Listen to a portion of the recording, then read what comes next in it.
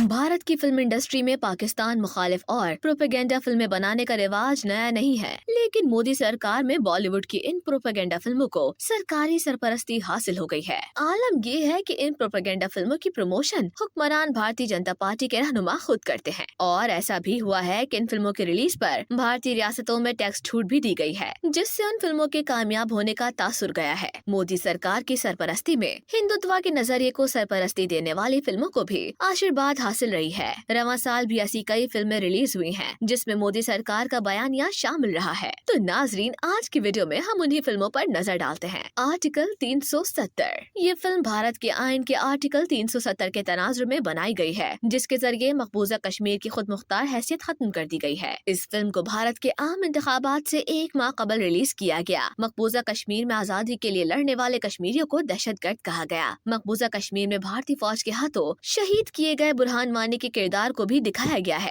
जबकि वहाँ पर भारतीय फौज, पुलिस और एजेंसियों को ताकत का इस्तेमाल करके लोगों को घरों तक महदूद रखते हुए भी दिखाया गया है। फिल्म में दिखाया गया है कि आर्टिकल 370 को हटाने की कोशिश के दौरान कश्मीर वादी में कैसा माहौल था और इंतजामिया की तरफ से इस पर कैसे काबू पाया गया। फिल्म की हिदायतकारी सुहान झुमले ने की है। इस फिल्म के प्रोड्यूसर उड़ी द सर्जिकल स्ट्राइक के डायरेक्टर आदित्य धर हैं। नरेंद्र मोदी ने खुद एक ट्वीट के जरिए फिल्म की तारीफ भी की थी, जिससे ये जाहिर होता है कि भारतीय हुकूमत प्रोपेगेंडा फिल्में बनाने के हवाले से कितनी संजीदा है। सावरकर इलेक्शन से कबल ही मोदी सरकार ने एक और हथकंडा इस्तेमाल करते हुए हिंदू महासभा के लीडर दामोदर दास सावरकर की जिंदगी पर एक फिल्म रिलीज करवाई। सावरकर 20वीं सदी में हिंदुस्तान के उन सियासी रहनुमाओं और मुसन्निफीन में शुमार होते हैं, जिन्होंने हिंदू कौम सरपरस्ती या हिंदुत्व का नजरिया पेश किया, जिससे मुतासिर होकर दाएं बाजू की हिंदू कौम परस्त तंजीम RSS की बुनियाद पड़ी। इसके अलावा फिल्म के टीजर में डायलॉग शामिल था कि मुझे गांधी से नहीं, अदम तशद्दुद से नफरत है, जिसने गांधी के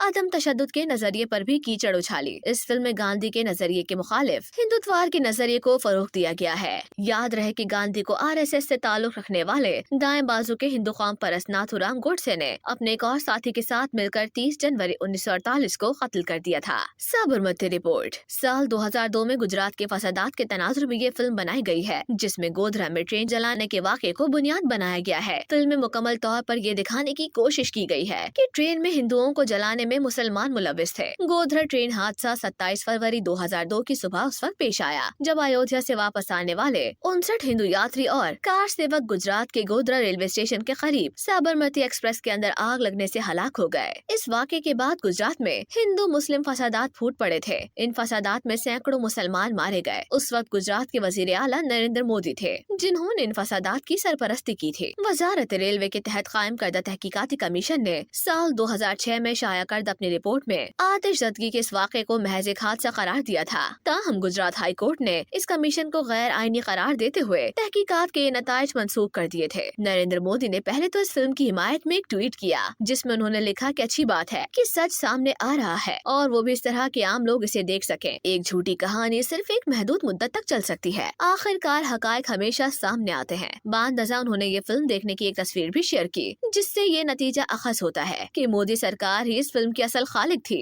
बाकी डायरेक्टर प्रोड्यूसर तो सिर्फ एक कठपुतलियां थी। रजाकार भारतीय फिल्मों में हकायक को झुटलाने में हर मिसाल सादिक आती है। 2024 में एक ऐसी ही फिल्म रजाकार रिलीज हुई, जिसमें ये दिखाया गया कि तकसीम हिंद के वक्त किस तरह मुसलमानों ने हिंदुओं का कत्लेआम किया था, जबकि हकीकत ये है कि हैदराबाद दक्कन की रियासत ने पाकिस्तान से अलहाक का फैसला किया था, जिस पर भारत ने रियासत में अपनी फौज उतार कर कब्जा कर लिया था और बड़ी तादाद में मुसलमानों का कत्लेआम किया था। फाइटर इस फिल्म में भी हकायक को तोड़ मड़ोड़ कर पेश किया गया। फिल्म पुलवामा हमले के बाद पाकिस्तान और भारतीय फजाइया की मुहाजराई के वाकयात पर बनाई गई। फिल्म में भारतीय फजाइया को एक नाकाबिल तस्खीर क़ुव्वत के तौर पर दिखाया गया, जिसने पाकिस्तानी पायलट्स को नाको नाक चने चबवा दिए। लेकिन हकीकत तो सभी को मालूम है, जब पाकिस्तानी शाहीनों ने भारतीय तैयारा गिराकर भारतीय पायलट अभिनंदन को कैदी बना लिया था। लेकिन भारत की इस आलमी सबकी के बावजूद भी झूठ पर मबनी फिल्म बनाने से बाज नहीं आया।